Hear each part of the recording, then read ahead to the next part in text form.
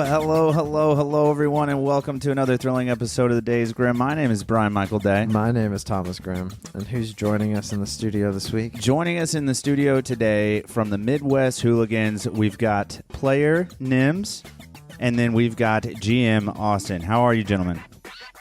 Doing well. How are you? Doing good. Doing excellent, man. I'm doing Auston excellent. has been on the show previously under DJ McNaughty. AKA known on the street as Mr. McNaughty. Are you still doing that? Do you still kind of dabble in the dark arts Just of the... Just a little bit. Just a little bit. The DJ dark arts? As you get older and the crowd gets younger, you just kind of feel like the old guy at the bar scene anymore. So I do a lot more weddings. I still dabble in the bar scene a little bit, but okay. Dude, I got a cousin that was a bartender that got into DJing on the side. And he'll go Facebook Live and have like two people in there watching, and he's like full on rave in his living room, just like hands up, pumping, switching music in and out. Hell yeah, it's dude. low-key fire, but yeah. Dude, I'll tell you what, there's some successful TikToks out there that are just dudes like DJing in their living room. Right. Yeah. And so like you grew up in soccer, playing soccer, have an own passion for it. Nim, what about you? You've never been on the show before, so I guess for our listeners, like who you are, where you come from, what you do. So originally from former Yugoslavia, I came to the United States when I was young. So I've lived here basically my entire life. I'm going to bump you in here. Yeah.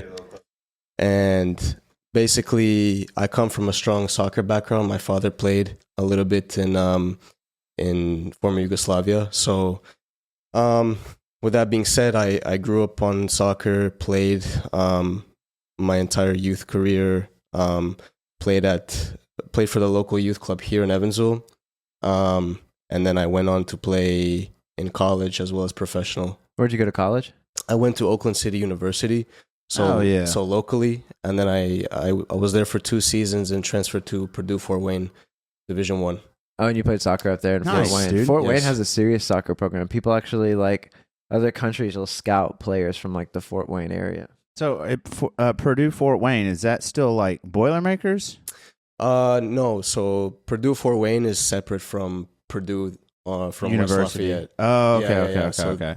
This one is the Mastodons. Oh, okay. Yeah. That's a way cooler name anyways, dude. Yeah. I don't even know what a mastodon is, but that sounds so like much a- cooler than a Boilermaker. It's like an elephant kind of thing. Oh, okay. Yeah.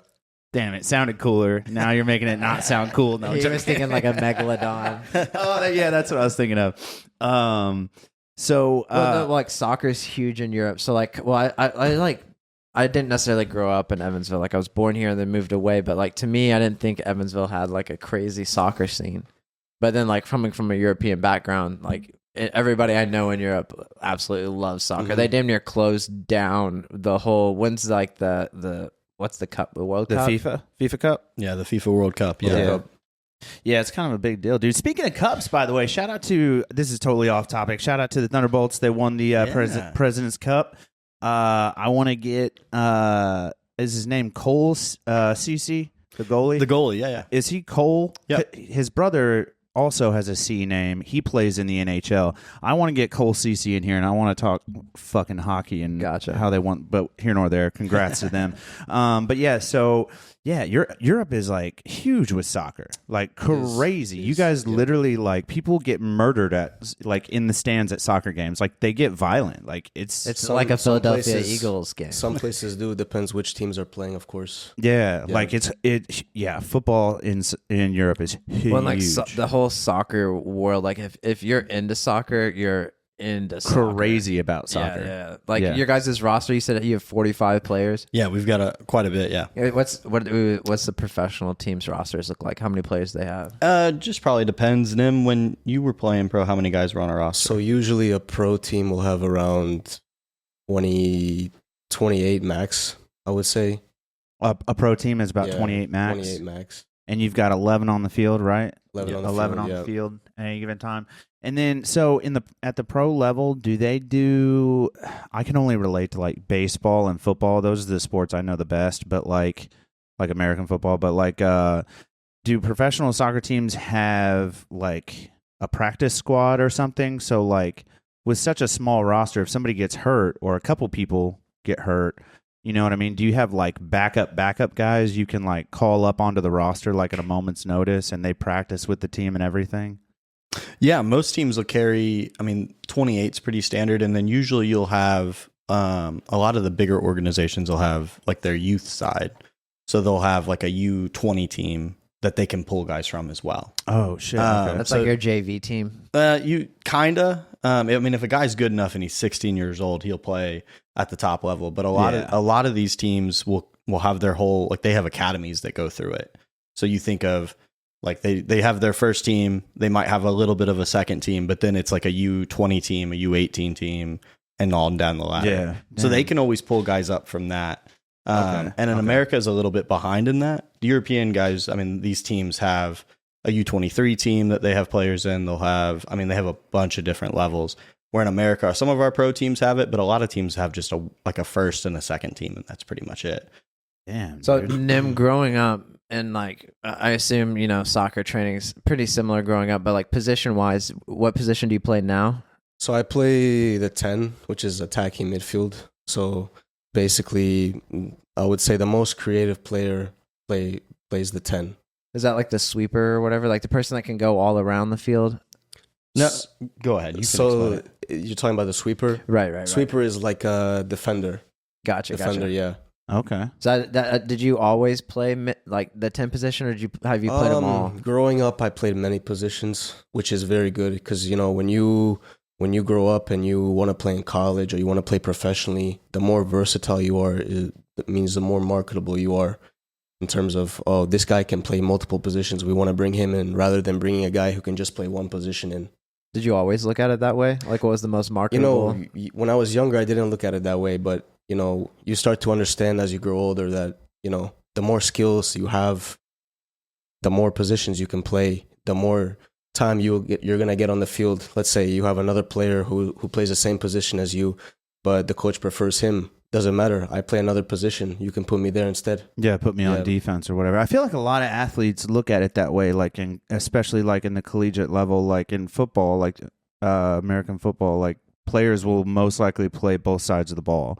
Like if you're a wide receiver, you'll play defensive back, or if you're a running back, you'll play, D end or linebacker or something like that. Well, I heard an interesting point similar on this line in what Austin was talking about, like how you're getting older and like you can't be out on the field as much as like when we were growing up. These kids played, like if you played football, you also ran track. Or like you played dual sport you played athlete, multiple sports, like even in off seasons. And now, like these kids that are into soccer, they only play soccer. They're not playing, like they only play soccer, and then in the off season, they're training for soccer or doing running, but not like for a team or anything like that. It's only like one sport, and that's how you're getting these people that are like hitting home runs out of the field left and right now. Were you a one-sport athlete, kind of like your whole life, just soccer the whole time? I played soccer my whole life. I was a kicker in football. Oh, did you really? My senior year of high school. So. Oh, nice. Yeah. Our football player at school in Indy, Center Grove, they recruited the soccer player, and he broke some record, and they like announced it at the Colts game. That's sick, dude. Nice, man. And then what? Did you say what high school you went to? I went to Evansville North High School. Evansville North? Yes. Before they moved it, like way north? So I went to the new one. You went to the new one? The new one, yeah. Yeah, the new one looks sick, dude. Yeah. It's pretty nice. Looks like an airport. Yeah, it's crazy. Yeah. It's also really far away, like really far out of town, which is crazy. I was going to say, were there any like tricks that you learned from, like, so good and bad here? So like any tricks you learned from your dad that like nobody else that like had known, and then like any tricks that you learned from your dad that you had to break like once you got like more professional? I would say, my father was my coach for a long time. So, we would always go to the fields together, just me and him. But no, I wouldn't say there's any special tricks that he taught me or skills. Just, work hard and you're going to achieve what you want to achieve. Damn, and did you ever feel like, was there ever, like with your dad being your coach and your mentor and kind of there the whole time being the driving force, did you ever think, was there ever a time that it felt like it was ever like forced on you, or like he was being too aggressive with you with football or with soccer? No. I'm just going to refer to the sport as soccer throughout the rest of this interview. I keep changing it. You're wrong. You're right both ways. Yeah, I know. But did it ever feel like when you were a youngster that dad was like kind of like pushing too hard, like you're forcing this on me a little bit? Yeah, I wouldn't say that. No, you just I always had a love for the sport, and if I wasn't playing, I was watching it. Really? Every weekend with my father, on the TV. Okay, sick, dude. I'll add to that. That's just the European mentality of the sport, right? It was it was the religion, right? You practiced it, you played it, you watched it when you weren't playing it. I mean, it was the thing you did every day of the week. And I mean, we don't have anything like that here because on TV, there's 4 different sports at any given time. We all grow up playing multiple sports, or at least watching multiple sports. Over there, It's like you support one team. This is who you support.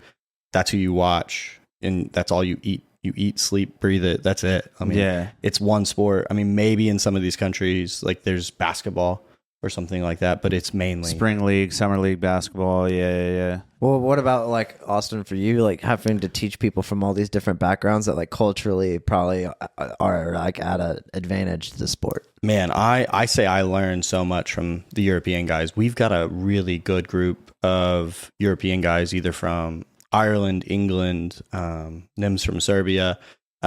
We've got a few South American kids as well. Like we learn a lot from these guys. Then it's a different style that they bring in, a much more like possession based style. In America, we're really bad because we have athletes. We play a lot of kickball, was what we call it. So you kick it and you chase it. Yeah. And so I've learned a lot from these guys, and I think it helps us on the field by being able to bring that European style and play against some of these Americans here.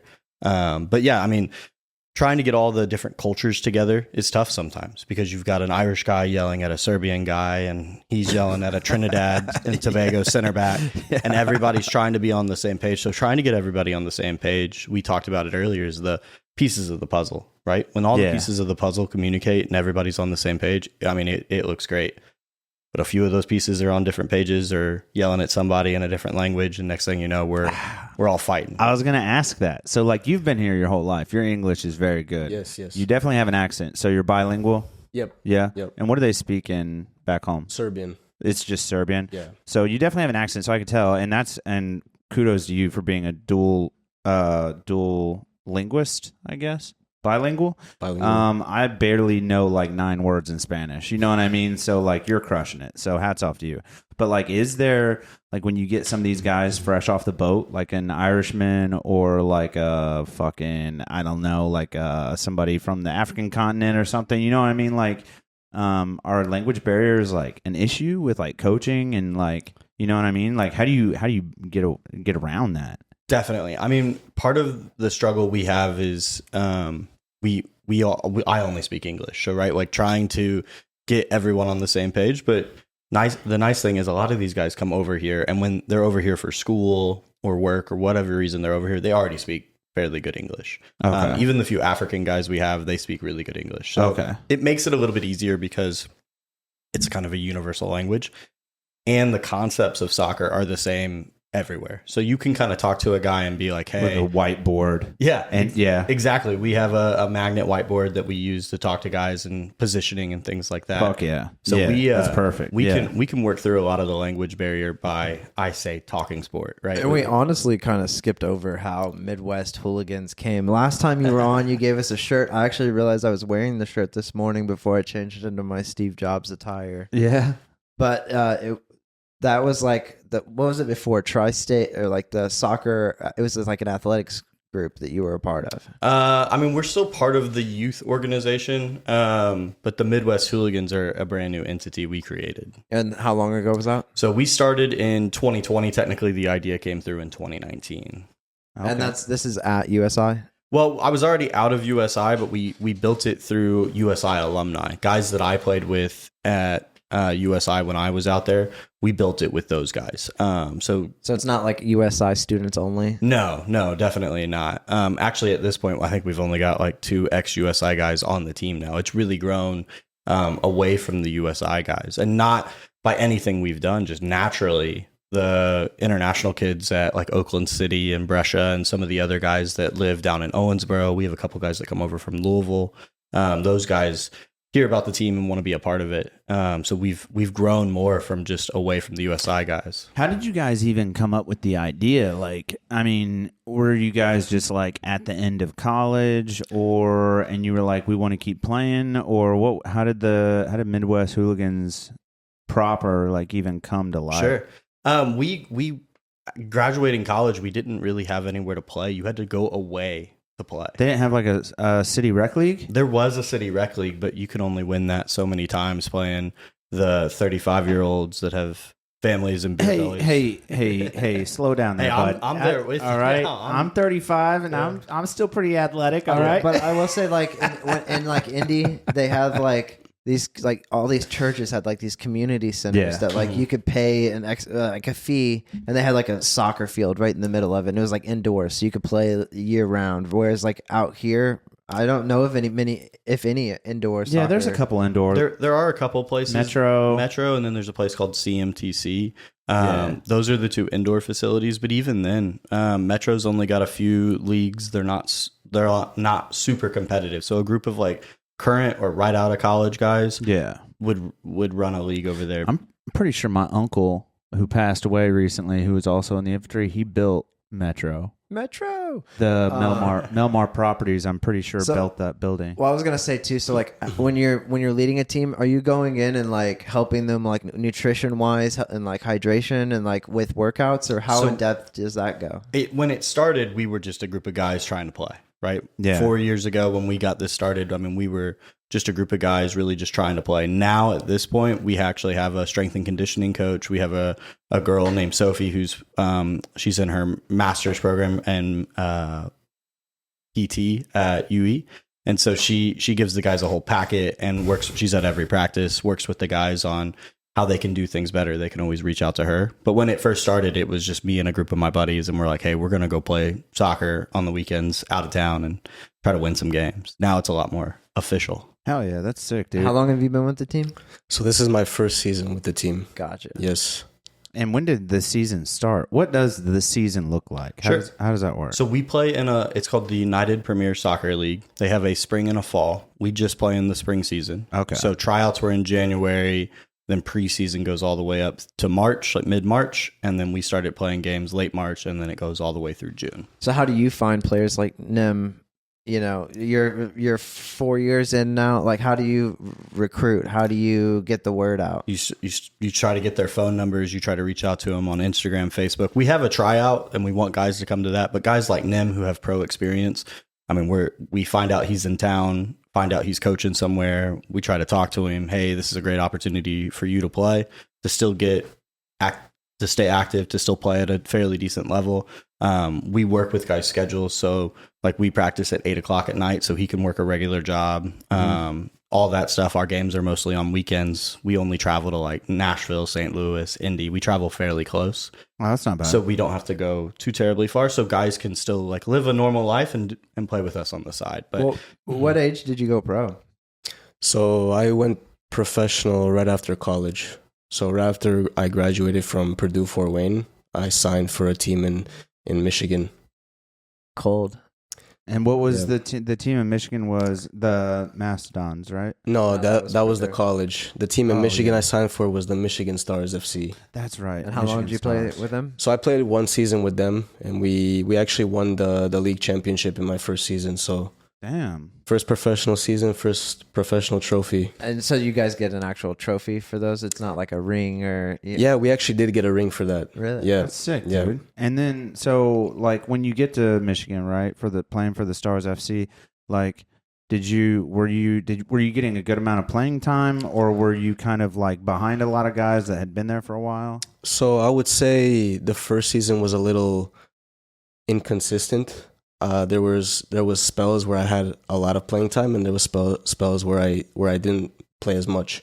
But it's normal. Your first season as a professional, you're trying to break through.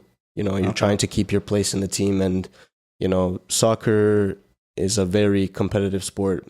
Someone if you're starting, someone wants your position. Yeah, no, for sure. And then like, does training change like from like, pre like high school to then like college to then going pro to now semi-pro? Does like your practices and like your habits change, or do like what happens through those years? Habits as in like I assume in high school they're having you run drills, kick balls through like little things on the ground and like shooting and running. But like, does that change like in college and then like going pro? So I think it depends where you go. Every coach will have a certain way or a certain style that he wants to play with. I'm not sure how familiar you guys are with different formations in soccer, but not at all. Yeah, there's many different styles of play, and it just depends what coach you have. If you have a very old school coach, maybe you use a 4-4-2. More defensively. I'm thinking about like chess openings, essentially. So yes, that's a beautiful way to describe it. Okay. So it's a strategic game. You move pieces around, and yeah. I'm wildly interested. I played 1 year of like intramural soccer at U of E, and it was so much fun. Like, I love running. I suck at dribble. Like, I suck at anything when it comes to me having the ball like in my possession. So I played a lot of defense, but like soccer really is. I don't know if I love watching it. I haven't watched a lot of it, but I love playing it. It's such a fun sport. Yeah. But speaking of the formations, though, so like. What formation or what style do you think you have the most comfortability with, like throughout your years of playing soccer now? Like, what are you most comfortable in? What kind of system? So, I mean, growing up, I've played many different styles of play, many different formations, but I would say for myself, playing as a number 10, playing a 4-3-3, so 4 defenders, 3 midfielders, and 3 forwards, probably gives me the most attacking freedom on the field. Okay. And there's offsides in soccer, right? There sure is. Yeah. And it's the same as in hockey, right? Kind of. You can't kick the ball past, or you can't be past midfield and the ball not be there if you have possession, right? Yeah, as long as it's where the last defender is. If he's on the other side of the half line, then it is the half line. But yeah, you can't be past the last defender in their half. So you can't like cherry pick and stand by the goal. You have to be at least behind one of their defenders, and then when the ball is kicked, run past him. Okay. Yep. Hockey's a little bit different. The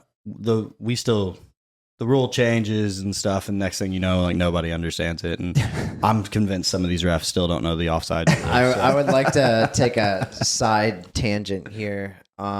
We got into blind sports for a little while. Oh, fuck, dude. Do they do blind soccer? Yeah, it's crazy. Yeah, they have the ball with the bell in it. Yeah, the they beeper. had David Beckham shooting or doing something along the lines of like trying to get a goal while being blindfolded or whatever. But do you have a clip of this? Yeah. You should search blind Beckham. Well, here's just like the greatest of blind football goals in 2016. Don't you think it's a little unfair though? You'll see it here. The goalies aren't blind. What? So, yeah, they're the only guys on the field that aren't blind. That's horseshit. I thought that was a little unfair when I watched it. I was like, and he's still getting scored on. That's kind of. I mean, that was an unbelievable finish for a guy that can't see.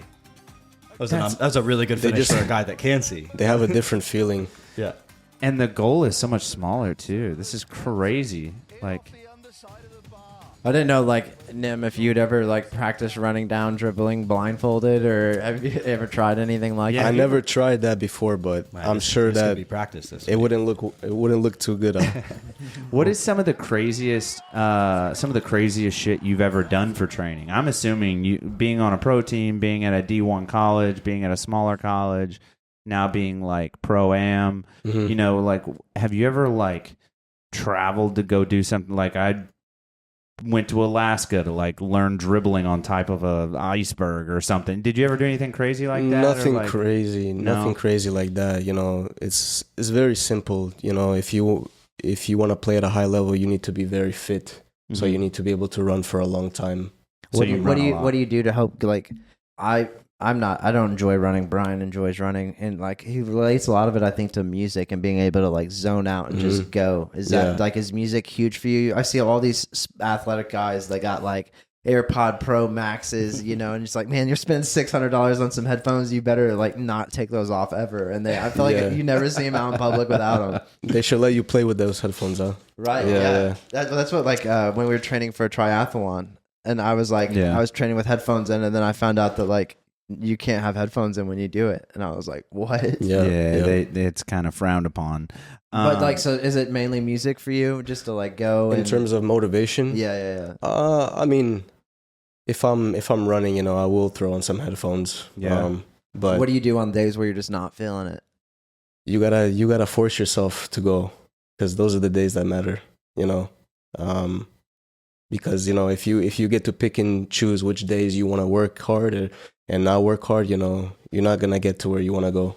I heard somebody describe this to me now that you mentioned this, is like they were like, well, like what you say you are versus like what you identify as can be like two different things. So it's like Brian's a runner. Mm-hmm. And so like to be a runner, you know, like, yeah, he's got to go run. But then like if it's raining and you're like, oh, I don't want to go run. But you make it part of your identity. You're a runner. Well, a runner's going to run even when it's raining. Exactly. So it's like same thing. Almost. So you need to be careful how you speak to yourself. You know, if you tell yourself you're gonna do this, you have to do this. I was literally reading a freaking article about this. Like people have like self-talk.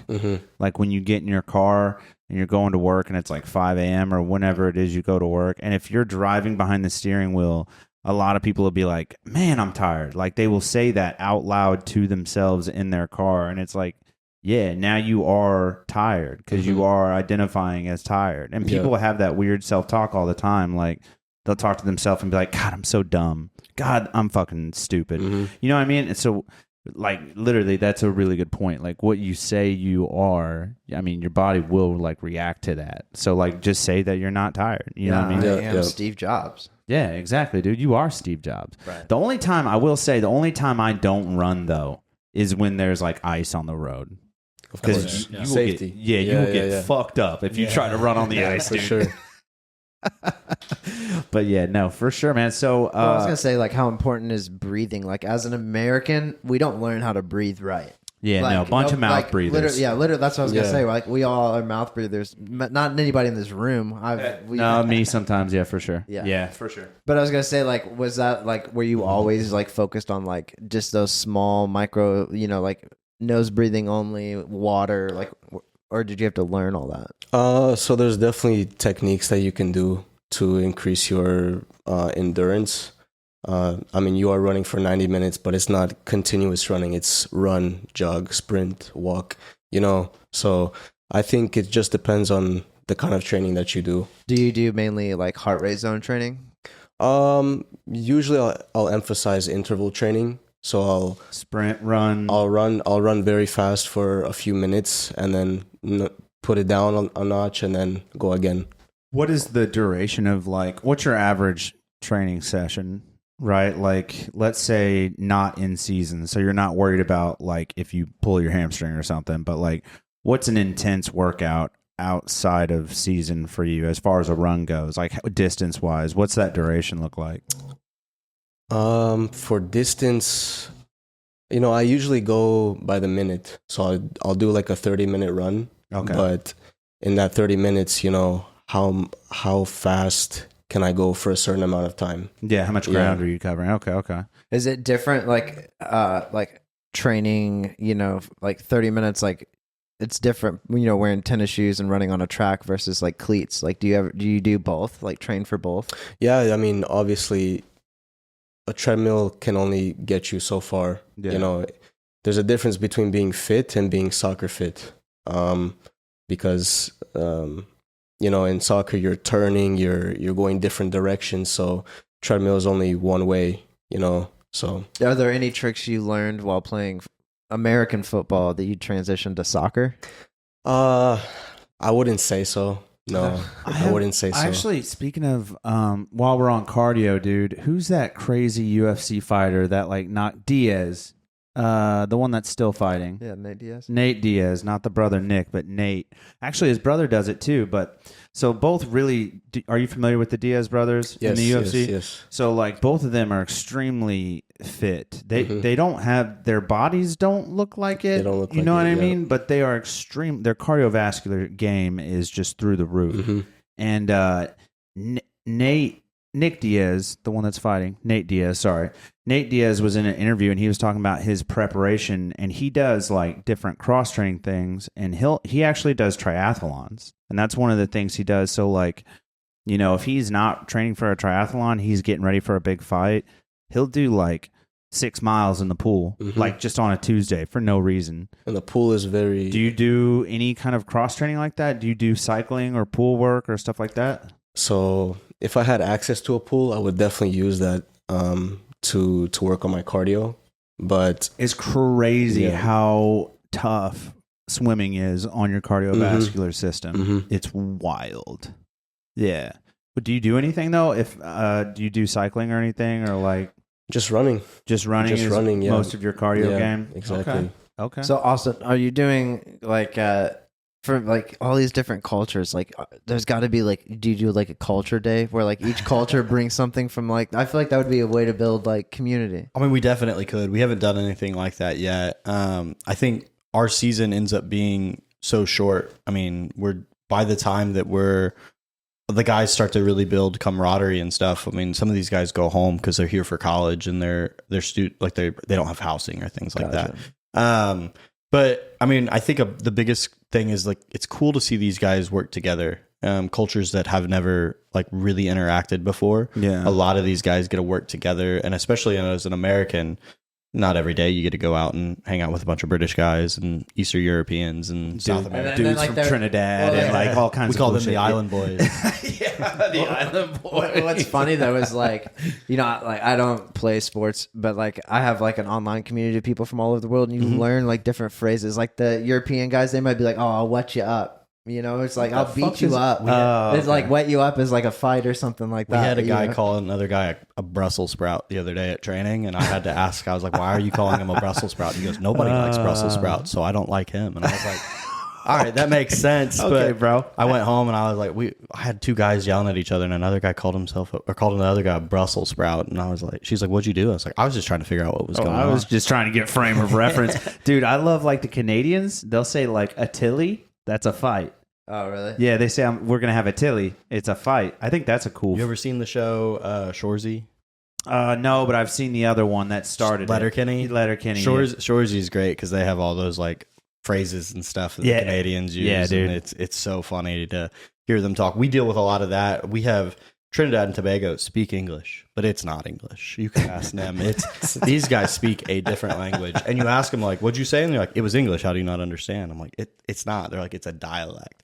And these guys all have these crazy phrases and stuff. So especially when they get emotional and you're in the heat of the moment or heat of the game or heat of practice, and they start saying things. And as a coach, you have to try to understand, like, all right, is he really upset with this guy, or are they friends and they're just chatting shit talking? Yeah. Like, you have to kind of find that fine line. And that's a bit of a challenge because some of these guys might get their feelings hurt because he got called a Brussels sprout. And now you're like, man, he didn't mean it. He didn't mean it, dude. And yeah, no, that is wild, dude. So have you picked up any foreign language as or you, Nim? I can say some bad words in Spanish, but just because of some of our Hispanic guys that are out and you hear them say things. Yeah. The referees don't always speak Spanish, so you can cuss in another language and maybe get away with it. Pinche mi huevos, and they're like puto madre, puto madre. Yeah, it's nice. They always laugh when I say it, though, so I don't know what's wrong with how I say it. But it's probably because you got too much Irish in you. You know what I'm saying, dude?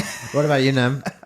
Did you learn like any other language, slang talk or shit talk? I wouldn't say. I mean, I've been around, British players a lot growing up, so they're the worst. I know their slang a little bit. Yeah. And I've also played with guys from Trinidad, so I know how they speak as well. It's hard to understand them sometimes with the broken English, but dude, speaking of broken English, we got to talk about those Irish folks, dude. The Gaelic bullshit that you guys. Hey, don't look at me, man. How is that supposed to be English? Have you heard an Irish person? Yeah, so like speak? this game I played with, there was an Irish guy that would like randomly hop in the voice chat. Like the Irish dudes, when they get off work, they don't go home. They go to the pub. Yeah, they go to the pub. And they spend, and then they stumble home and go to sleep and wake up and go to work and do everything else again. And this guy would like, he'd sometimes talk and it'd be like broken English, hard to understand. And then you could tell when he was leaving the pub because you couldn't understand a damn thing. But his buddies can, which is so wild to me. Do you have any family in Ireland still, by any chance? Nothing? I'm so fake Irish, it's not even. Oh, you're posing German, Irish. like German through and through. Damn. Hey, same party, right? Yeah, I mean, same, but different, but still same. But no, it's. Oh golly. Look, I've hung out with enough Irish guys that I kind of relate it to hanging out with like your drunk buddy, right? Yeah. Once you're around it enough and you've heard it enough, you can pick up on the things. But I feel like that's most languages. Once you listen to somebody, like your auto translator kind of kicks into play. But then like you get around people speaking multiple dialects and that never registers 100%. Yeah. Have either one of you guys been back to the motherland? Have you been back to Serbia as an adult? I actually went back last year for the first time. Like ever? Ever. Really? What was that like? Not Crazy? ever since I came. Since you were little. Yeah. Yeah. So basically, your first time ever. So basically, yeah. What was that like? Cool. It was beautiful experience, and I got to meet my family there for the first time. So nice, dude. Meet any soccer players while you were there? I don't believe so. No, I don't believe so. Okay, just a lot of family time. Just family. You ever just like pick up a game on the street and school some people out of nowhere? Are you burning dudes in the street? Well, I did go to play street soccer with my cousin a few times, so that was fun. Yeah, there was a bunch of kids there, playing with them and seeing how they. Yeah, my stepdad was gonna become a professional soccer player, and he found out that he had a kid on the way, so he ended up not doing it. But I remember like growing up. Like that was a game we would play. Like he would have the ball in the yard, and there'd be like 4 of us kids trying to get the soccer ball away from him. And he'd like juke us. Like he would go all out, like all 100%. So he was effort. good. Yeah. Like nice, I mean, four middle school, high school kids literally trying to get this ball. And he's just scooting it around. What about you? You ever been to Ireland? No, never been to Ireland. I was gonna go for my honeymoon. I was gonna go to Ireland and Scotland, and then COVID decided to happen. So we got married in December of 2019. So COVID had just really started, and then it really kicked off in March when we planned to go. We were going to go to Ireland for St. Patrick's Day. That's when they locked it down. And they literally, we had the flights and everything, and they canceled it all. So we'd never been back. I've never planned another trip. That's a bummer, dude. God bless you. Yeah, Thank you. So I was going to say, like, when you go to form Midwest Hooligans, like, what is this?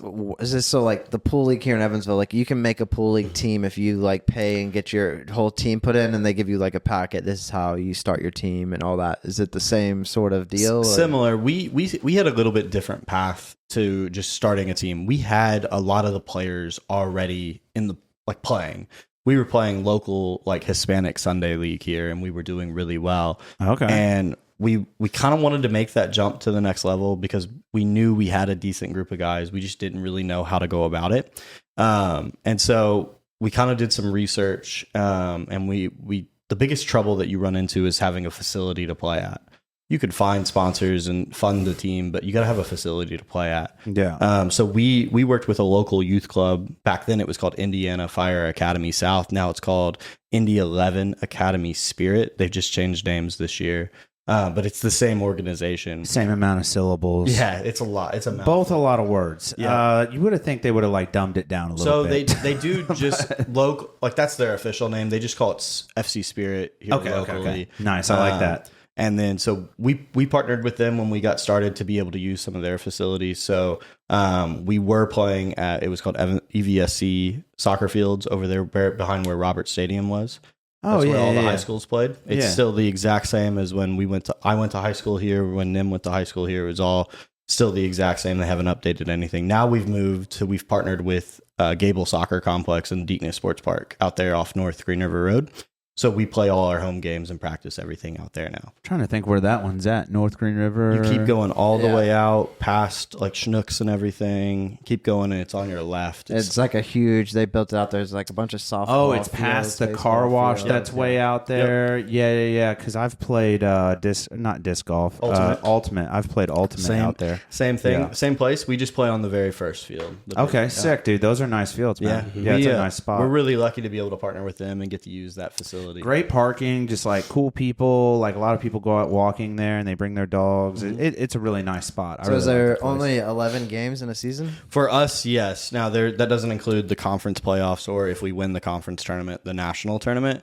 Regular season, there's only 11 games. Yes. And then for these away games, like, is it just like basically everybody drives separate? Try to carpool if you can. In the beginning, it was. This year and last year, we've started to spoil the guys. We get a van now and get everybody in the van. So, nice. We've been working to grow that side of it. So it's not just, hey, who has a car and who can drive. It's now, hey, we're all going to meet at the van at 1:00. Get in the van and we'll go. Get in the van. So we do try to help the guys out. Oh yeah. Now we have a lot more international guys who don't have cars or don't have license, so we have to work with them to get them to the games. But yeah, 11 games. It's so short. It goes so fast. And what is this? I'm looking at like what is there? 6 teams? There are 12 teams in our conference. So we play everybody once. You play everybody once. Mm-hmm. Okay. So it's a little bit different. The way it's supposed to work is you get a team home one year and away the next year, but it never seems to work out that way because there'll be like 3 new teams next year because it's semi-pro. Teams come and go. Okay. So we try to work with the teams like last year, or it was 2 years ago because we were in a new conference this year. They moved us again. That's a whole nother thing. Yeah. We were in a different conference in St. Louis last year. And then they moved us back here because of travel. They thought it was more convenient for us to go to Nashville and places like that instead of going to St. Louis every weekend, which we're not too upset with. I mean, we played a game yesterday, and it was only in Hendersonville, Tennessee, which is right north of Nashville. So, oh damn, not bad, dude. No, not at all. And that's probably the farthest you go, right? St. Louis and Nashville, those are probably the farthest you go. Jackson Boom was the furthest game we went. That was Jackson, Tennessee. So that's about 4 hours. That was not a fun trip whatsoever. So you guys drive down there normally the morning of, play a game, and then drive back. Yeah. Yeah, we don't have the budget to house these guys in hotels and stuff. So yeah, we drove 4 hours to play a 2-hour game and then drove 4 hours back. Oh God, it's a long day. And it's even worse. We tied. We didn't even win. Oh, you son of a bitch! I know. That's like my least favorite blue thing. balls ever. Yeah, that's my least favorite thing. There's no like tiebreaker in soccer, like hockey. Next point wins. They do overtime. Like once you go past 60 minutes or 90 minutes, whatever a match is, the clock keeps running, right? So there's extra time, but it's only a few minutes. It's not like an extra 30 minutes or anything like that. It's usually at max maybe 5 to 10 minutes. And how do they call that? They just give you that for somebody to like score? It's a very arbitrary thing. The ref decides how much extra time is based on the stoppages in the game. So he uses it like if a guy's rolling around on the floor, he'll add time. The guy's overheating, getting the ice treatment. Yeah, exactly. So they're supposed to add time like that back, but we all know it never gets enough, right? Some guy will roll on the floor for 3 minutes and you'll only get 30 seconds added to the It's like that year in Denmark when they all got electrocuted by that lightning bolt. Did you see that? No. They probably had some serious stoppage for that one. Did you guys see that? Do you know what I'm talking about? I don't know. Did not see Yeah, that. there was everybody, like all the players were on the field. Google this. Soccer match. It was like in the 90s, I think. Soccer match, lightning bolt, strike. All the players, you just got to see it. You got to see it. I can't believe you're a soccer fan. You've never seen this? Never heard of it. Are you fucking kidding me? Oh No. my God. Look at this. It's wild. Find the right one where it's like, it's going to be like an older, early 2000s maybe. The first one there is pretty crazy. 4 women soccer players killed during the lightning. Tragedy strikes, lightning hits players. I think that's it. I think this is it. Yeah. Yeah. Ooh. So it strikes the field and everybody on the field got buzzed. Yeah. Yeah, no. This wasn't in Denmark. This is somewhere in South America. I lied. We never experienced anything like that. You can see it over there. It literally hits the goal. It hits between those two people, yeah. It's fucking crazy. No, we've never had anything like that. I can't believe you guys have never seen that before. No. Apparently it happens pretty often because, like, for whatever reason, I guess soccer weather rules are a little more lenient than other sports, but like if there's even a chance of lightning for most sports like baseball or football, they like suspend the game or they'll pause the game. But like soccer, I guess they're just like, fuck it, we're balling, dude. We had a game earlier this season where there was a storm rolling in. Yeah. And it was basically within, I think, like 8 miles or something. If the lightning's within that far, they have to suspend it. And they do that? Okay. Yeah, but it's you're everyone there wants, like, the players want to keep playing. Yeah. The only person that probably really doesn't want anyone to get hurt is like an athletic trainer. Yeah. Right. And so the refs, I mean, if they see lightning, they're supposed to like start checking it kind of thing. But yeah, I mean, and it gets weird with like if you only played a half, the game doesn't count. Like if you don't make halftime, the game doesn't count. You have to replay the whole game. Yeah. If you make it to like the past halftime, you have to replay the second half. If you make it past the 70th minute, then you have to replay the final like 15 minutes. It's really weird how it works. So nobody really wants to go through that, especially when we're traveling to games and stuff. Yeah. But it's we were playing that game and we could see the lightning like in the distance, and everybody was like, just look down, like don't. Son of a bitch. Yeah. Maybe to lighten up, you know. So yeah, it's weird, and like soccer is one of those sports. Like technically, besides for lightning, I mean, we're pretty much supposed to play in every weather condition. Like rain, sleet, or snow. Yeah, I mean, we play. I mean, Nim can probably talk about it, especially playing up in Michigan. I mean, we've played in games where you kick the ball and the ball goes wind, it's going the other direction. You've played with rain, you can't see 10 foot in front of you. I mean, it is crazy the conditions that we have to play in. And that's crazy because like the turf or the grass or whatever it is you're playing on, it gets so chopped up. Yeah. I bet, like in the rain and stuff. Like we play turf a lot of games. Most of our games are all our home games are turf. And if it rains, it just turns. I mean, it's just like slick, right? The ball just skips across it. Yeah. You play on grass in the rain, and then you run into the complete opposite. A ball hits a puddle and just dies. And it stops. Yeah. It's fucking. And that's something, I mean, we always use the excuse both teams have to play through the same conditions. So, yeah, that's crazy. Is there like an age like limit? So like Brett Favre is probably like the oldest guy that's played American football, but like no, is there Tom like Brady. Tom Brady, 45. Was there like an age limit on like at what range you would stop playing in semi-pro? So you could really, I mean, there's as long as you're over 16, the league will let you play, and there is no age limit on how old you can be. That very first game of the season, that team had, I mean, this dude was probably 50. I mean, he looked old. He might have not been 50, but most of the time your body just can't keep up like with the younger guys. I mean, I'm 31 and I watch these guys run around. I'm like, oh my God, like I'm tired watching them. Yeah. But yeah, there's no real age limit. I'm sure if you were 60 years old and you could get out there and play, I don't think there's. Well, that's why you're staying in such good shape, right? So you can play it longer. Exactly. No, it's a huge blessing to be able to stay in shape, stay fit, and you never know what can come. Speaking of being crazy in shape, I feel like there's only a couple of sports where like there's a couple of different athletes that stay really, really healthy. It's like triathletes, soccer players, maybe swimmers, like Olympic swimmers stay like, it's just like insanely healthy, right? And their cardiovascular game is like at an all-time high in their peak. But I've heard like, aren't there like weird diseases or like weird conditions you can get when you are that healthy? Do soccer players have that issue with like heart problems? Like once they're so fit and they can't be any fitter, their body is like pumping too much blood too fast? Or isn't there something like that? Do you know what I'm talking about? Shin splints. Some kind of no, it's like a cardiopulmonary illness or something. There is. I mean, there's been some pretty high name like high value players that have had issues. There was a guy named Christian Eriksen who collapsed on the field. He had a heart issue. It's becoming a little more recognized. I think guys are starting to catch on to it. Everyone just assumed soccer players were so fit that they didn't really, I think, look into, even at the highest levels, I don't think they really looked into a lot of the heart issues. Yeah. And it's becoming it's definitely becoming more of a thing. Like the last probably 10 years, they really focused on head injuries and concussions and stuff because soccer, nobody ever thought of it. They're like, oh, it's you just head a soccer ball. And they're really starting to get into like the head stuff of it. I think now we're finally catching up with like the actual heart disease stuff like that, where like you have guys that have irregular heartbeats and stuff like that were never even noticed. These guys go through full medicals to get onto a team. Yeah. Nobody notices that. And then next thing you know, a guy who's played soccer his entire life, I think he was like 29, 30 years old, just collapses. There was a guy in South America who passed away. Like there are some issues.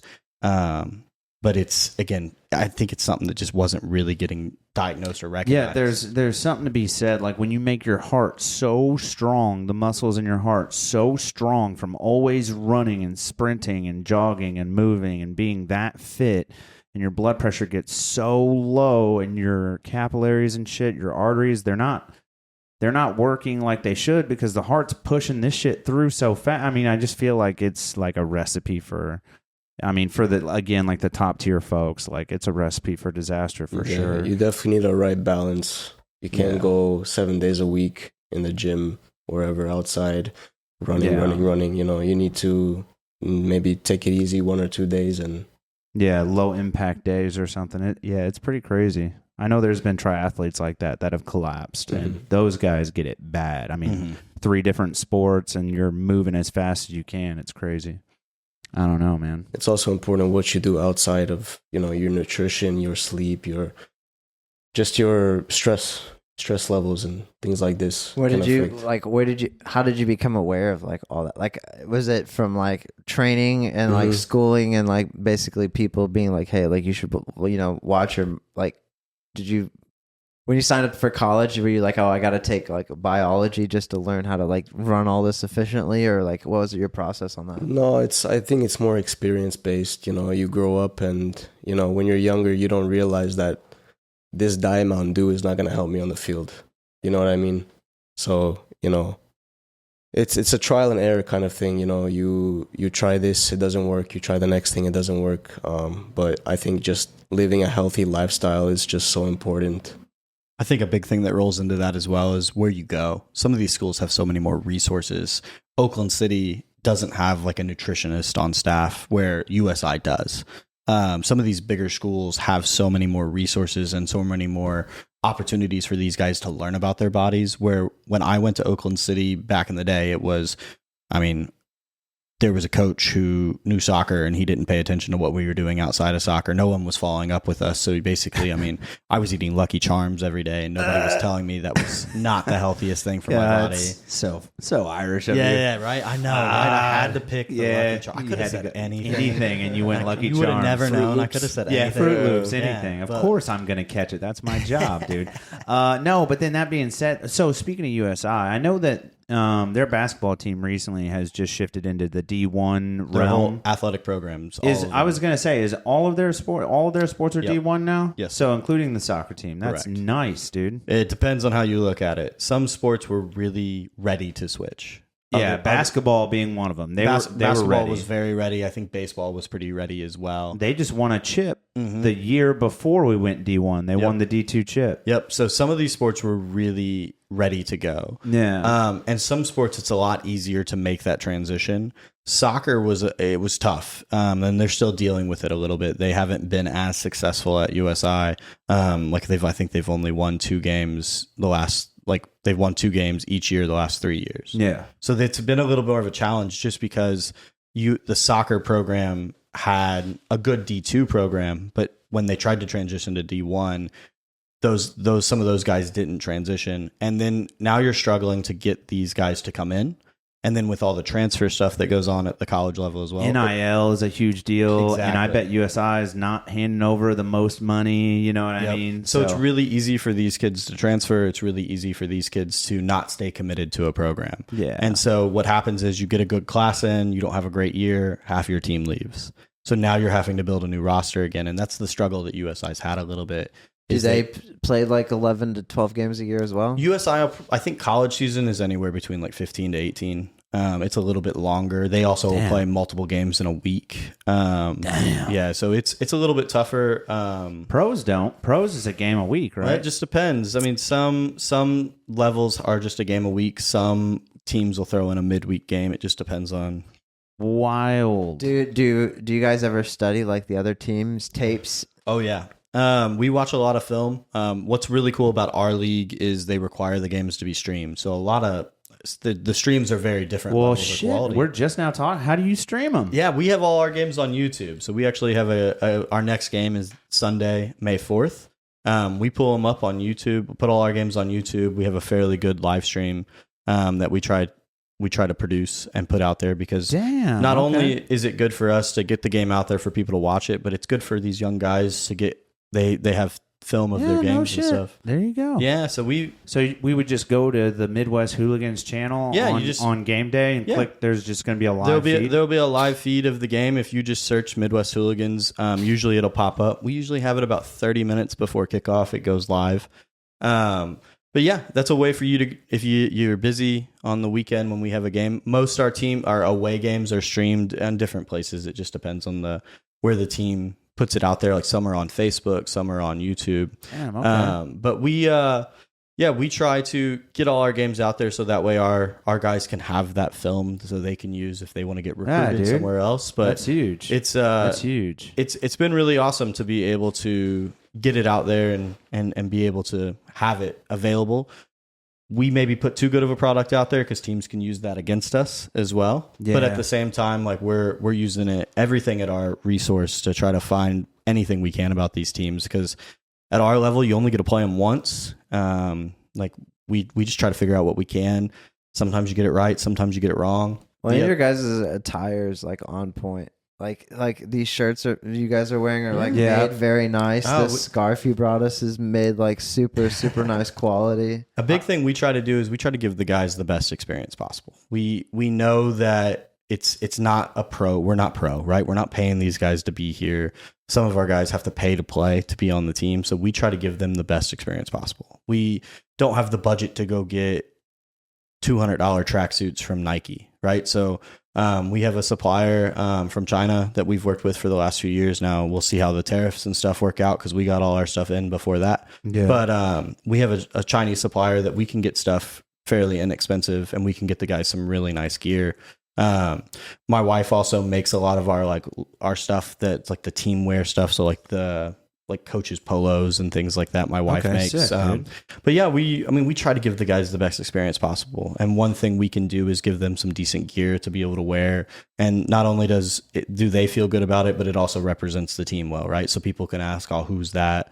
And we try to push the brand. We try to make it look as cool as possible as well. Yeah, no, I love the Seattle Seahawks kind of color scheme. I'm a big fan. I like the lime green and the navy blue. That's tight. So the big thing we wanted to do was we wanted to stand out locally. Neon is the way to go. And we didn't want to do red because USI is red, white, and blue. So we kind of shied away from that. Yeah. We didn't want to associate with anyone. So neon green was something we can, if you're going by and you see something neon green, we're hoping that you think of us. Yeah, it pops. So that was kind of the thought. It did help that I have a little bit of a bias that green's one of my favorite colors. So it worked out that way. No, that's sick, dude. I do love the color scheme. It's fucking super nice. Yeah, super nice. So like both of you, like what piece of advice would you give to somebody that's like a kid wanting to get into soccer? Like maybe a middle schooler that's going into high school that's like, I don't know if I'm going to like go to what sport, or like I kind of like it, intramural league. Like what advice would you give to? I'll let you go first then. I would say just try everything, see what you like, and obviously soccer is a sport I think you have to start at a young age, because if you do start a little bit late, you will be behind the other players. And not saying that if you start late with other sports that you're not going to be late, but I think every sport is difficult in its own way. So you basically got to have a kid and give them only a soccer ball and let them only have the soccer. That's what I'm doing with my kid. Start We're early. See if it works. But start early. I think the biggest thing is try different sports. I'm a big believer in trying everything. I didn't start soccer until I was like 12. So I was real late to the game, and I got lucky that I was just, again, it was natural to me to want to run and kick a ball, and I ended up becoming a goalie because they run way too much. I didn't want to do all that running. Right. I was like, I'll stand here and fall down. I'll lock in and jump. I don't want to run. coach is like, all right, we're going to run. I'm like, coach, can I go play goalie? And it was like, yeah, it worked out really well. Yeah. But I think try different things. The other thing I'd say is, I mean, don't give up, right? I think you got to keep working. Even if it doesn't go well the first day, the first week, the first month, you got to give it a chance, right? Give yourself a chance to keep working. And it's tough, right? Because it's easy to get down on yourself and it's just easy to quit. And Nim talked about it a little bit earlier, but you got to keep going. You got to keep pushing, right? And the other thing I'll say is you got to learn the game. You can't just run out there and just kick a ball and be like, oh, I know what I'm doing. You got to learn it, right? With basketball, you learn plays, and football, you learn plays. In soccer, there's not like set plays. You've got to actually like learn like, okay, if this guy's making this run, where should I go? Some coaches at the younger levels don't understand that. And it's something that I think a lot of players could benefit from by kind of being a student of the game. And like almost like you were talking about earlier, referencing like playing chess. Yeah. Like because he's running, south-southwest with the ball, and I know there's 2 players ahead of him on his team, and you have to always be thinking about where he's going to go. Exactly. It's so situational. And something that like when we talk about, as you talked about the different levels of practice from high school to college, to pro. Yeah. So much of what we're trying to do, we're not trying to teach these guys new things. We're trying to work on certain situations so that these guys have an idea of kind of what we are looking for to do in certain situations. But we're not trying to reinvent the wheel. We're just trying to hone the skills and get these guys ready for the weekend. We only train twice a week as well. So we only have 4 hours a week to really work on what we need to work on. And it helps with bonding, cohesiveness. Like he's, Nims, you never played soccer with any of these fellas. That's the thing. So like you don't know how they're going to react. Exactly. When they're in a stressful situation and they get the ball, you need to know how that player typically reacts or what they're most, you know what I mean? And that's why it's tough to play 11 games, because the season's so short and most of these guys haven't played with each other before. So it's like finding the right pieces of the puzzle and, gelling the team together. So do you think the 2 days a week of practice would you rather do 3? Would you rather do more? I would want to train every day if it was my choice. But I know that, like he said, field availability is difficult. And also it is a semi-professional team. So I know some of these guys are traveling more than an hour just to train. Damn. Yeah. I was going to say, like, do you guys have, like, little hand signals or whatever that, like, you might do? Or, like maybe on some, like some set pieces where, like, it's a corner kick or a free kick or something like that where, like, we have time to, like, set something up. But we don't try to get, like, again, we don't try to get super crazy with it. We only have a couple, like, set things that we do to try to be on the same page. But no, I mean, really, when you're out there playing, a lot of what we tell these guys is like, hey, we trust you, right? We've worked on it, we've trained on it, we trust you. Now we'll tell you some things and coach you while we're in the game. But a lot of like Nim gets the ball. I trust that he's going to make the right decision, or at least I hope he makes the right decision, right? And so we rely a lot on these guys because we don't get to train 5-6 days a week. We only get twice. So we rely a lot on them to make the right decisions. Sometimes that works in our favor. Sometimes it works against us. Out of you said you had 46 individuals on this team? Roundabout. Some guys I don't like to count, but yeah. So out of the 46, I mean, do you think that it's like 100% accountability? Do you think they're all all 46 of them are other than those guys that he doesn't count? Oh, okay. Yeah, true. Well, but is there like I mean, Nims, obviously you seem like an individual that holds yourself personally accountable. You know what I mean? You talk about eating well, drinking well, training well. Yeah. Probably not playing Rocket League. You seem well put together. You seem athletic. You seem like you would run really fast. I don't know. How old are you? 26. You're young too. Jesus Christ, I would kill to have your knees. He's considered an old guy. One of the older guys. He's considered an old guy. Yeah. Old dusty bit. No, but anyway. But I mean, how many of the other guys are they all like that? Is everyone on the team just like for the most part? I would say. I mean, it's a commitment to play at this level. Right? Yeah. This isn't something that you like just walk into and do. Like you've got to commit to coming to practice at 8:00 at night. You're gonna work if you're older, you're going to work a full day. Yeah. Get off work, eat some dinner, and then go grind. Go to practice at 8:00 at night. Some of the younger guys that are like either like 18, 19, or 20, like maybe they don't have jobs, they have school, and it's a little bit easier on them. But it's like we preach that like, hey, if you're here, you're committed to the team, right? This isn't a half-ass thing, right? You're either in or you're out. right? We want guys that are working to get better. Now, some guys do a better job of that than others, and some guys are there to solely train and get better. They know they're not competing for a starting 11 spot. They know that they're there to work because they love the sport and they want to see the team grow and they want to help out. There are other guys that probably take advantage of the situation and think, I don't have to go to training every day. I had a long day at work and I'll just skip this week. That's what we try to avoid. We want guys like, if you're going to sign up, like we tell you, this is a commitment from day one. We want you here. We're it's not easy, right? I mean, again, work's tough. Life sucks sometimes. Like, it's part of it. You got to come out there and for 2 hours twice a week. We're not asking a lot. Do you think goalies have faster reaction times than maybe the other players? I'm real biased because I was a goalie, so absolutely. No, he said, nah, dude. He said just the best kickers have better. I definitely think. I mean, the better goalies, right? They have really good reactions. Now, it's such a different position, right? Soccer goalies are one of the few, I mean, like maybe hockey as well, where you train differently, right? You're not putting in the same kind of work where you see these guys run, they work on foot skills, they work on all these different things, and soccer goalies are off doing their own thing. I mean, you're on a different planet when you talk about sport-wise. I mean, even in football, like the wide receivers, even though they don't want to go do the offensive line work, like they could get in the trenches and do it.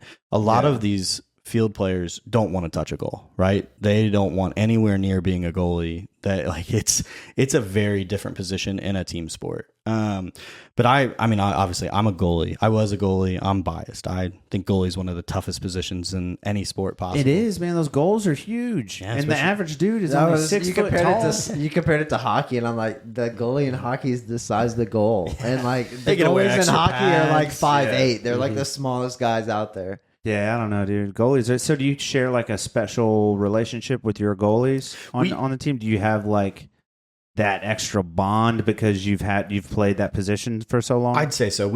It's kind of in the goalie world. We call it the goalkeeper union, where we understand what each other go through, right? Yeah. Only one of you can play at a time, right? So if you're not the starter, you're on the bench. You're still putting in the same amount of work every week. You've got to be a good teammate because you've got to help the guy warm up for the games, even though you know you're not playing. You got to be ready on a second's notice. If he gets hurt, you've got to check in, be ready to go. Yeah. So we as goalies kind of have the goalkeeper union where like you all understand what each other's going through. If a goalie misses 2, do you slip out another goalie in? Oi, that's tough. He said, oi. See, that's the British guys getting oi vey. It's tough, right? Because it's such a confidence thing.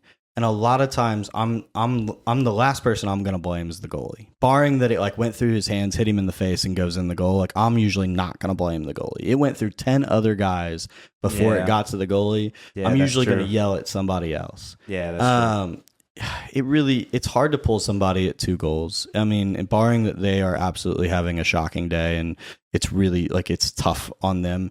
Because you got to build that kid's confidence back up, right? If you pull a goalie at 2 goals, you put another guy in. I mean, you're that really, guy's broken. For yeah, like a whole week. The other thing I'll say to that as well, we're like the pro leagues where we're only limited. We only get 7 subs a game. So if I use a sub on a goalie, that's 1 extra guy I don't have to sub as a field player. Right. And so if somebody's going a little extra hard and gets spent in that first quarter. It's really tough to make that decision to sub a goalie.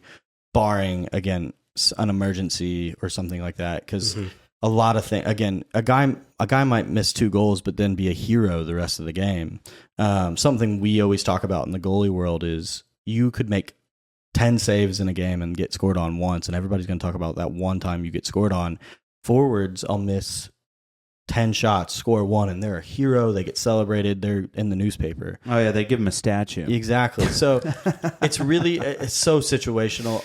I'm fairly biased. I think if you give a guy a chance in goal, you should give him the full game. Let him play, barring that it's an injury or barring that he is, again, having a nightmare of a day. Yeah. But, again, that was how I would want to be treated. Dude, as a goalie. 7 subs is wild. Like, I would put 7 super aggressive players in first and just have them burn out that first 30 minutes. Like, literally just like I want you damn near passing out at the end of this 30 minutes. I'm gonna swap out seven of you. Then you got to have a guy that can go the next 60, right? Yeah, like 60 minutes. You got to have a guy that can play that long. That's fucking insane. And are there players that will stay in for the full 90? We have. I mean, with that rule, if you Nims, is you one of them? You playing the full 90? I don't think I have played a full 90 yet for the Hooligans, but okay. But you could though. You're ready. If I had to, I could. He's like, fuck yeah, bro, keep me in there. a lot of times it's just so situational on what you need. I feel like, but like when Nim was talking about like where you can swap out different places, you know, like if you're playing the 10, but then like you need a breather, you could probably switch to like a defender. Are you allowed to do that? Yeah, you can go anywhere. Yeah, you can play any position. Oh, okay, you don't have to like check in with the ref and be like, "Hey, my forward is coming to play wing or whatever." Actually, part of the strategy is sometimes you'll switch guys on the fly to kind of give a different look, right? For you might say, "Hey, you're going to go play." Because it's like basketball when you're a kid and they line you up and you're like, "This is my guy. This is my this is," and then like you're pulling. Someone sets a pick and then you roll out. Yeah. And depending on how the game's going, you might need to be more aggressive. So you might take a guy out of defense and put him up front. Like, it really just depends on the game.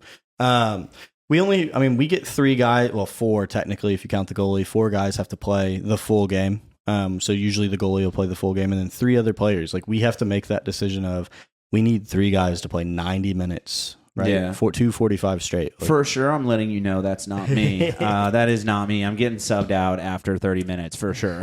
I'll use Nim as an example because he's sitting here. We played a game in Nashville where Nim got a yellow card, so he was already on a. Damn it, Nim. Yeah. And if you get a red card, you're suspended. What are you gonna do about it? If you get a red card, you're suspended, right? And we don't want to lose him, right, for the next game. We don't want him to be. So suspended. You pull him. So we end up like, right, you're on a yellow. The ref was like, hey, next one, you're gone. Get ready. And so we have to, as coaches, have to make it. We don't really want to take him off, but we also think next game, right? You start thinking in the future because we do play 11 games. It's short. Yeah. We have a guy right now that's on a 2-game suspension. I mean, that's a fraction. I mean, that's a part of the season that we don't get him for. A sizable chunk. And so when you start, if you lose Nim for a game or 2 games, or even depending on what he did, it could be even more games. It ends up being a detriment to the team. So we have to trust our guys. We trust our bench players. Like, hey, this guy's going to come in and hopefully he does the job Nim was doing. So sometimes you got to make sacrifices like that. So these people that like hit the soccer ball on their legs and keep them going around and chest and everything like juggling. That. Like, basically juggling with a soccer ball. Yeah. Is that like, is there like a correlation to like that's a good soccer player, or like maybe this guy just is really good at this like juggling aspect? I can't juggle a ball for shit, but I'm a goalie, so like I get away with it. I get like 10 would be a really good number for me. Okay, what about you, Nims? How long do you think you can juggle? I can juggle for a pretty long time. But 2 minutes? No, a lot more than 2 minutes. More than 2 minutes? Oh, like more, hours. Yeah, I think I could go for a couple hours. Without missing a hit. Yeah, and then I would get a little bit hungry and then... Is that something you do? Like, I would eventually, after 16 hours, have to go to sleep. I mean, you could probably eat while you're juggling, right? Probably, yeah. Wow, look, we're going to find out. Protein bar here and there.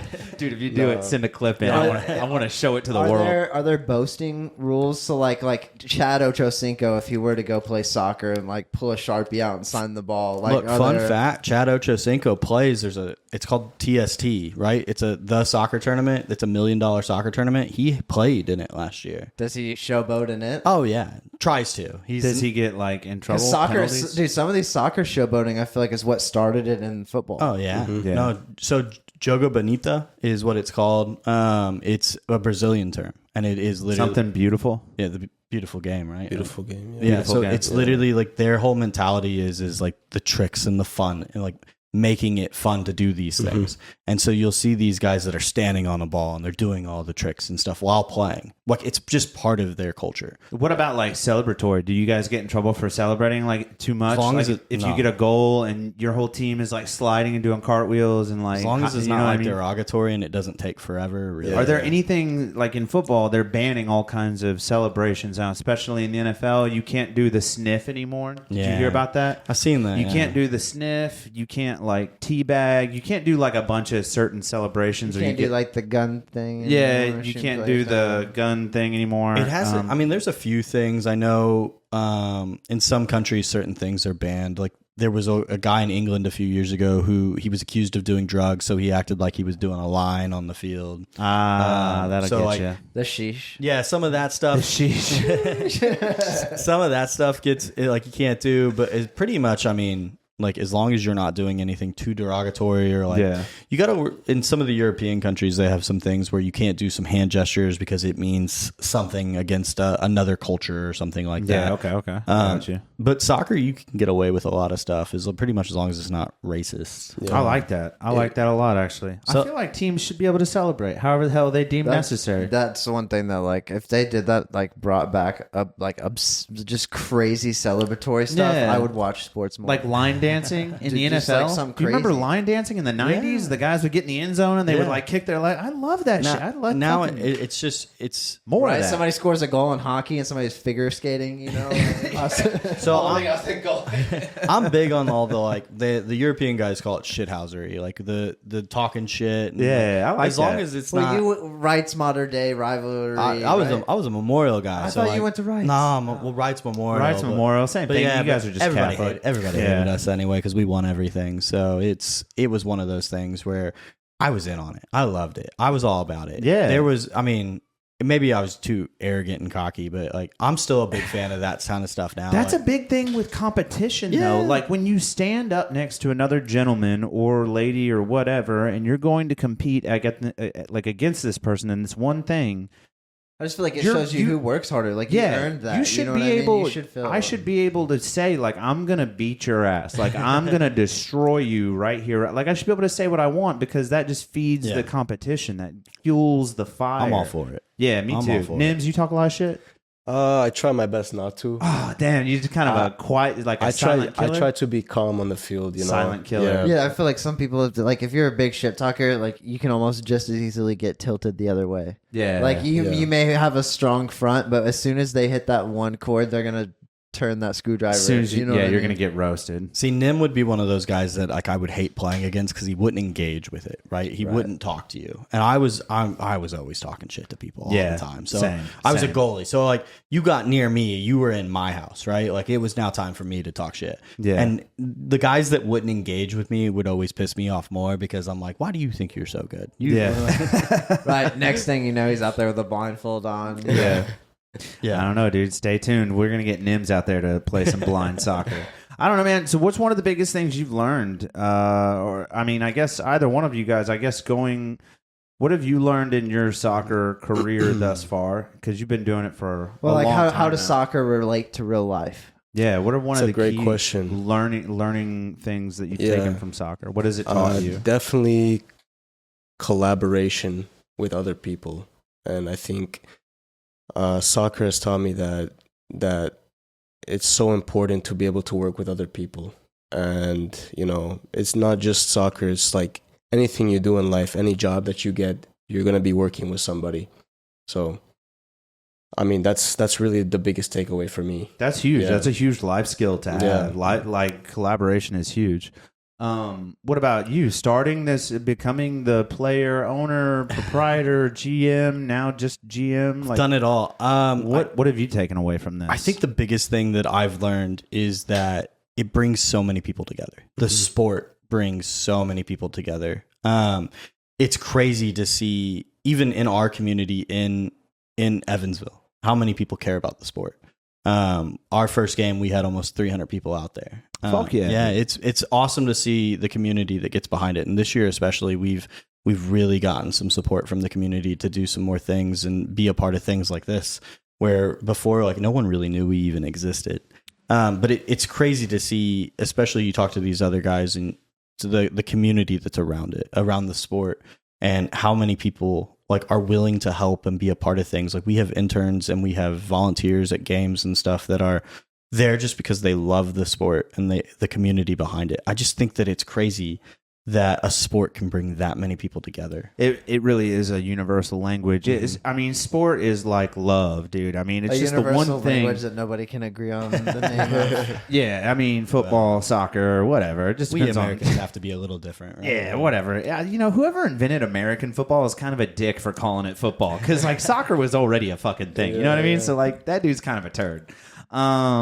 And then my last question I really have is mostly for you, Auston. So what are your aspirations here? What do you see? What are one of your goals that you have for the Midwest Hooligans? So the goal has always been the same: is to give guys an opportunity to play, whether it's during college, after college. I mean, to give people an opportunity to play at any level. We've grown so much over the years, but now we started doing like open plays where like you guys could come out on a Monday night at CMTC and kick a ball around. And it's, I don't want to make you guys look bad. You know what I mean? I don't want to make the goal is to give when we started it, we wanted to give guys an opportunity to play, including myself. No, absolutely. Fuck and now as I've aged out of it and I have continued to be a part of it, I want to still give guys an opportunity to play in their local community. We should go beat goalies.